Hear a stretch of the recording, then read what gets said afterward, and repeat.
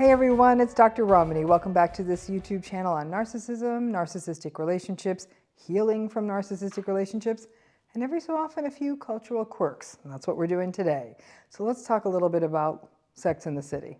So for any of you who care, last week, yeah, Sex and the City launched its sort of follow-up series, and just like that. Now, these women like me are now women of a certain age. And I must say, I do spend a lot more time asking people to repeat stuff because I can't hear them and easing my sore knees than these women who are my age who seem to be having a lot of sex. Story for another day. But since I watched the show I watched it a few years after it came out. When it first came out, I was raising very small children. Again, they were having a lot of sex and I was changing a lot of diapers. I never found any of the four women in the show to be particularly likable. And so when I went back to look at it through my older, wiser eyes, it struck me through my older, wiser eyes that some of these ladies are kind of sort of narcissistic.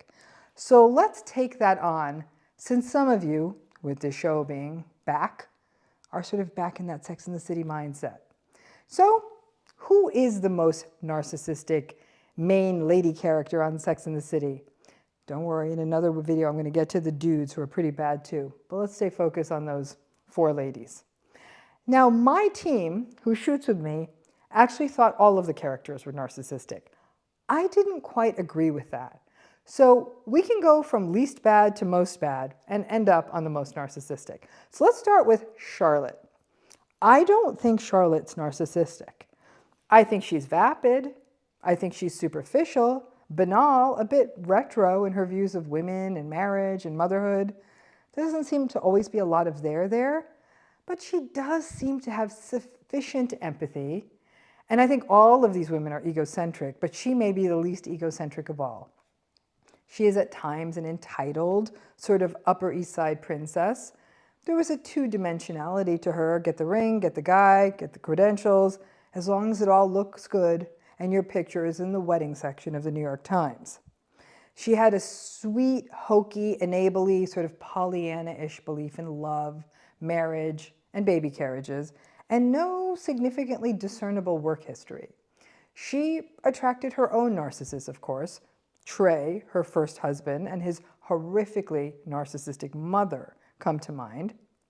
But can anyone remember, and I bet you can, her convoluted relationship with Harry, her divorce attorney?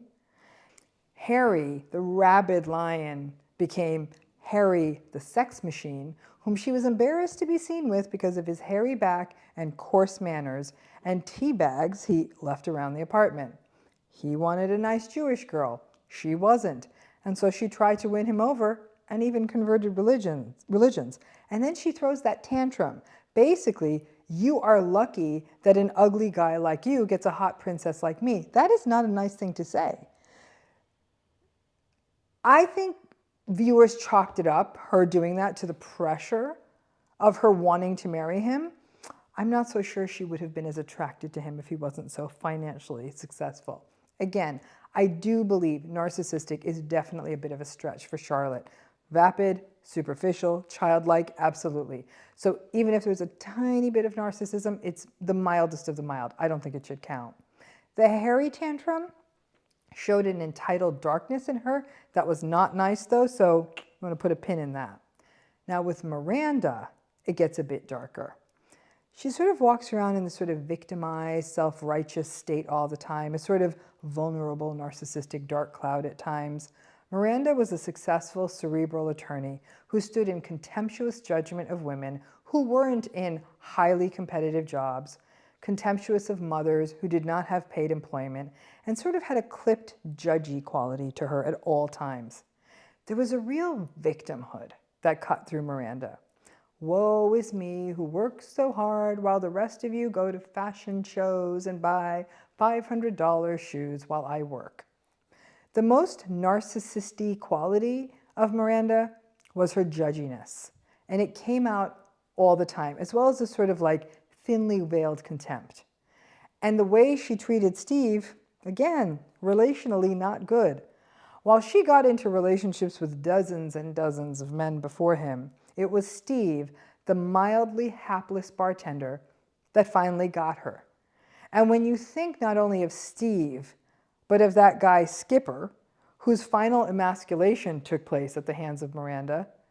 Now, Steve did cheat on her, I get that, but throughout the relationship, she really did treat him with the sort of disdain that one might have for the hired help, and she couldn't disguise her contempt for him too often. Granted, Miranda had to navigate her own world of hurt with narcissistic men, but her sort of above it all, me and my law degree are all that. I'm putting her sort of a moderate narcissistic person on this list. There were 2 moments where I did identify with Miranda. Her neurosis with the hot cop who was too attractive for her, so she got the messy drunkenness you get secondary to social anxiety. And then the competitive jealousy with the guy, the man who got away, when it was Blair Underwood playing the Knicks team physician and got very chummy with the beautiful cheerleader.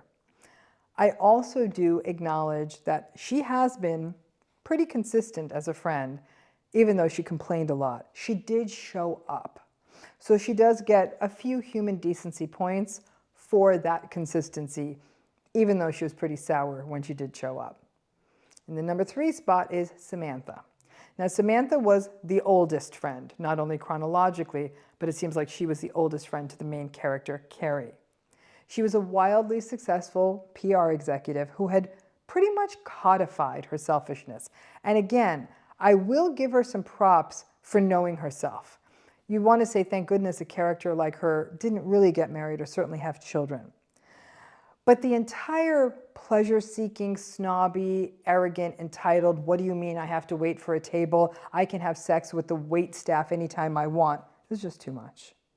I recognize that her character was meant to be some kind of sexual comic relief, but her rather unempathic pushbacks on any of the characters when they were going through something was always very cold, and she was pretty consistent with that, sort of bolstering the likelihood that she was a narcissist.